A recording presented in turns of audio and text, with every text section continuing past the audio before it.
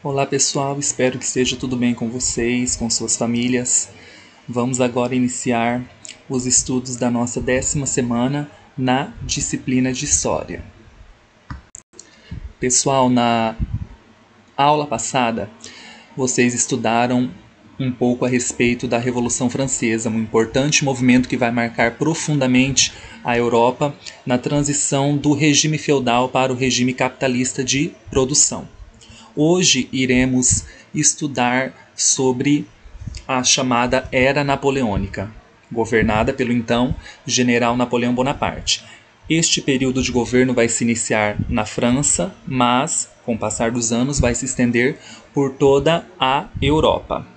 A burguesia, que era uma classe social que vai surgir lá no finalzinho da Idade Média, ela vai procurar apoiar o golpe que vai elevar Napoleão Bonaparte ao poder. Lógico que elas tinham um interesse com isso, porque a burguesia era uma classe social formada por burgueses. Quem eram esses burgueses? Os altos comerciantes, as pessoas ricas desse período aí, que buscavam se beneficiar a qualquer custo. Vai dar início todo este movimento a um novo período da história da França. Iremos também conversar sobre as relações políticas entre a chamada França Napoleônica e o restante da Europa lá no início do século XIX. A chamada Era Napoleônica vai se iniciar na França através da figura de um jovem militar conhecido como Napoleão Bonaparte, nascido em Córcega no ano de 1769. Ele era conhecido por ganhar batalhas que geralmente eram consideradas perdidas. Dentro de um prazo curto de tempo, a população francesa vai reconhecer a figura de Napoleão como um grande herói nacional, defensor do ideal revolucionário. A burguesia vai ver nisso tudo uma grande oportunidade de representatividade política e interesses comerciais. Assim, Napoleão Bonaparte, no ano de 1799, vai conseguir, graças ao apoio político que ele tinha, derrubar o diretório e organizar o chamado consulado. Nesse novo regime de governo, Napoleão vai deter em suas mãos grandes atribuições políticas na nação francesa. Diante desta situação, Napoleão ele vai criar o Banco da França, responsável por pagar os empreendimentos burgueses e organizar novamente a enfraquecida economia nacional. Os bons resultados dessa administração vai fazer com que Napoleão conquiste um grande poder na França. Quando ele, enfim, é coroado como imperador, ele vai fazer questão de enfatizar a seguinte proposta: que ele era um ávido defensor do regime republicano. Tendo tomado posse nesta função, ele vai ser responsável por liderar importantes conquistas dentro da nação, como, por exemplo, vai propor uma reforma agrária, promover uma série de obras públicas e dar continuidade ao processo de modernização da economia.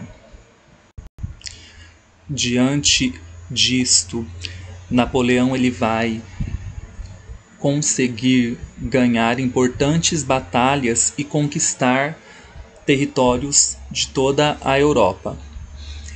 Além disso, ele vai estabelecer uma rivalidade importante com a Inglaterra, por causa da hegemonia industrial que esta possuía. Ele vai considerar essa soberania industrial inglesa como um obstáculo de suas conquistas. Para resolver então esta questão, ele vai publicar um decreto internacional chamado de Bloqueio Continental. Neste decreto, ele vai dizer o seguinte: que todo país que desobedecesse a este tratado seria invadido pelas tropas francesas e dominado. No slide anterior vimos a respeito do bloqueio continental. Entendemos que este bloqueio foi estabelecido por causa da rivalidade econômica que Napoleão tinha com a Inglaterra. Tendo ciência do poder que a Inglaterra possuía, Napoleão vai tomar uma medida drástica em relação a isto. Lavrado em 21 de novembro de 1806, o documento que vai estabelecer o bloqueio continental vai dizer isto, que os portos de toda a Europa deveriam fechar as suas portas para as embarcações da Inglaterra. Olha que audácia! Desse modo, a França poderia deter todo o mercado consumidor e, ao mesmo tempo, em que enfraqueceria as finanças da Inglaterra, que era a sua grande rival. Deste ponto de vista, na prática, a exigência da França tinha uma natureza autoritária, como nós já vimos, e não poderia ser imediatamente seguida pelas várias nações que apoiavam e dependiam economicamente das manufaturas inglesas. Lógico, a Inglaterra tinha relações comerciais com vários países da Europa, e essa interrupção não seria bem vista por essas nações. Uma das situações mais complicadas que vai refletir para nós no Brasil neste período era o caso de Portugal. Portugal era um importante aliado comercial da Inglaterra. Portugal não vai querer aceitar esta proposta. O que vai acontecer? A família real vai acabar deixando Portugal, escoltada por navios ingleses, e vindo para o Brasil. Portugal vai ficar uma terra abandonada por seu rei, digamos assim, fazendo com que Napoleão Bonaparte conquistasse o território português. Gente, neste mapa nós temos a abordagem do bloqueio continental. O tracejado em verde apresenta os limites do bloqueio. Em vermelho escuro está o Império Francês e, num tom mais claro de vermelho, nós temos os reinos que eram dominados ou sujeitos à influência francesa. Devido a estas ações, Napoleão objetivava claramente enfraquecer a economia da Inglaterra, porque uma vez que as relações comerciais fossem cortadas com as nações europeias, Inglaterra iria ficar uma nação pobre. Encerrando este tópico, vamos refletir sobre a seguinte questão: o que foi o bloqueio continental? Quais os objetivos dos franceses com tal medida? Diante de tudo o que conversamos, do material apresentado na apostila, dos textos lidos, o que foi este bloqueio continental? E qual era o objetivo principal de Napoleão com esta medida? Pensem e respondam. De maneira exclusiva, vamos entender quais foram os impactos do bloqueio continental para o Brasil. No período em que aconteceu o bloqueio, a nação brasileira ainda era uma colônia de Portugal. O governo português não vai aceitar a proposta do bloqueio continental de Napoleão, porque a sua economia vai depender exclusivamente das relações comerciais com a Inglaterra. Preferindo então aliar-se com os ingleses, o rei de Portugal vai assinar um tratado secreto, decidindo a transferência do governo português para o Brasil. Enquanto isso, os ingleses vão se comprometer em defender o território de Portugal contra a França. A coroa portuguesa vai entregar então toda a sua frota de batalha e vai procurar garantir a abertura dos portos brasileiros para os ingleses. Em 1807, as embarcações vão sair de Portugal levando consigo a nobreza e a família real para o Brasil, sendo escoltada por navios militares ingleses. Essa vinda para o Brasil da família real vai resultar mais tarde num processo que vai levar à independência do Brasil. Mais uma questão para juntos refletirmos. Olha só. Em que medida o bloqueio continental influenciou na transferência da família real portuguesa para o Brasil?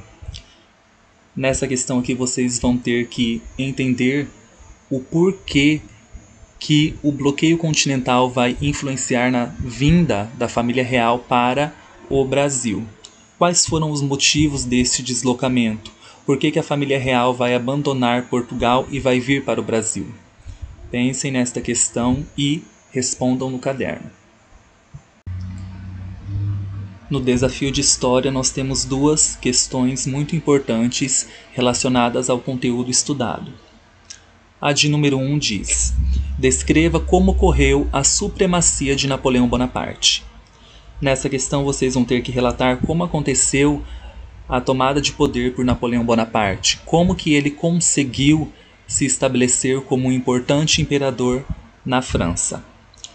Na questão de número 2, a partir da leitura do item 2, descreva o que foi o bloqueio continental e como Portugal se posicionou diante dele. Nesta questão, vocês vão abordar o bloqueio continental e o posicionamento de Portugal diante deste. Observem as reflexões que vocês já fizeram. A segunda reflexão aborda de maneira direta alguns aspectos desta questão e os textos também. Então observem com atenção que vocês vão conseguir com certeza responder esta questão 2. Gente, até a próxima. Muito obrigado e bons estudos.